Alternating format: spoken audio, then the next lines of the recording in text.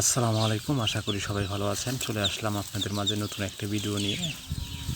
ভিডিওটি সবাই শেষ পর্যন্ত দেখবেন এবং আমার ভিডিওটি যদি আপনার সামনে যায় অবশ্যই ফলো করবেন আর রেসপন্স করবেন, অন্য কাউকে দেখার সুযোগ করে দেবেন।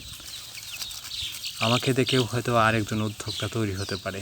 তো আপনারা যারা খামারি হতে চান, হাঁস মুরগি পালন করতে চান, কবুতর পালন করতে চান, যে ধরনের সহযোগিতা লাগে আমার ইনবক্সে বলবেন, আমি যতটুকু পারি সহযোগিতা করব ইনশাল্লাহ। তো আপনি যদি খামারে কিছু মুরগি পালন করতে চান বা বাড়িতে যদি কিছু মুরগি পালন করতে চান, জিরো বাচ্চা থেকে কোন ধরনের সমস্যাগুলো আপনার মধ্যে হতে পারে সেই বিষয় নিয়ে আজকে কথা বলবো। চলুন যাই মূল ভিডিওতে।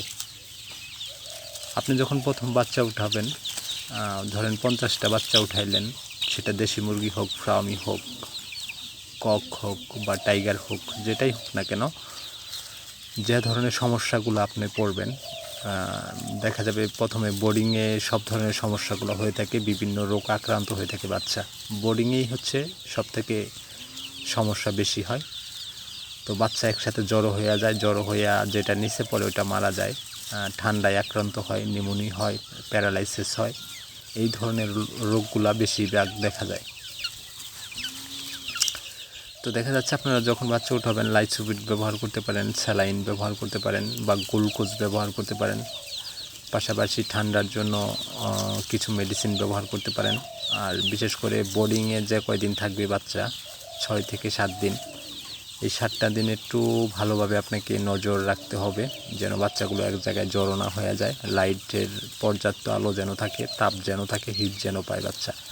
তাহলে দেখা যাবে যে বাচ্চাগুলো সুস্থ থাকবে এবং কি ভালো থাকবে, বাচ্চা মারা যাবে কম। আর বিশেষ করে ছোটোবেলায় কিন্তু বাচ্চা বেশিরভাগ মারা যায়। তো দেখা গেল যে নিয়মিত ভ্যাকসিন করতে হবে। 5 থেকে 6 দিনের মধ্যে রানীক্ষেত দেবেন, 11 দিনে গাম্বুরু দেবেন, 17 দিনে রানীক্ষেত দেবেন। আর বিশেষ করে আপনার কলেরা ভ্যাকসিন আছে, পক্স ভ্যাকসিন আছে, বিভিন্ন ভ্যাকসিনগুলো যদি আপনি মেনটেন করতে পারেন, এই ভ্যাকসিনগুলো মেনটেন করা খুবই সহজ। এগুলো আপনারা পশু হসপিটাল থেকে নিতে পারেন, খুব অল্প টাকায় পাওয়া যায়, সংগ্রহ করে নিতে পারেন। এবং বাড়িতে যারা আছেন হাঁস মুরগি পালন করেন, পারিবারিক ডিমের চাহিদা আছে, মাংসের চাহিদা আছে, এগুলো আপনি পূরণ করতে পারেন।